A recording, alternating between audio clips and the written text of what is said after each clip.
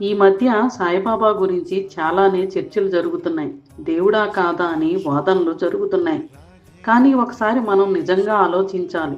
సాయిబాబా గురించి మాట్లాడేటప్పుడు మనకు గుర్తుకొచ్చేది వాదన కాదు, ప్రేమ, విశ్వాసం, ధైర్యం.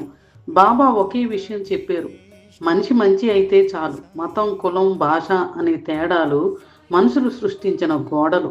కానీ బాబా మాత్రం అందరినీ ఒకటిగా చూశారు.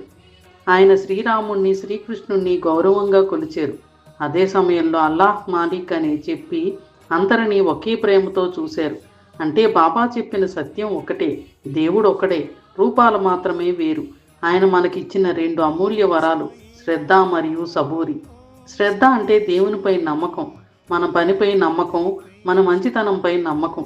సబూరి అంటే సహనం, కష్టకాలం వచ్చినా ఆలస్యమైన దేవుడు తప్పు చేయడు అన్న విశ్వాసం. సాయిబాబా దేవుడా, సద్గురువా అనేది ప్రతి ఒక్కరి వ్యక్తిగత విశ్వాసం. కానీ ఒక నిజం మాత్రం ఎవరూ మార్చలేరు: ఆయన కోట్లాది మందికి ఆశగా మారారు, కన్నీళ్లలో ధైర్యం అయ్యారు, జీవితానికి దారి చూపిన వెలుగయ్యారు. వివాదాల కంటే ఆయన చెప్పిన విలువలు పెద్దవి. మంచి చేయండి, ప్రేమ పంచండి, కష్టంలో ఉన్నవారికి తోడుగా ఉండండి. అదే బాబాకు నిజమైన భక్తి. అదే ఆయన బోధించిన నిజమైన జీవితం.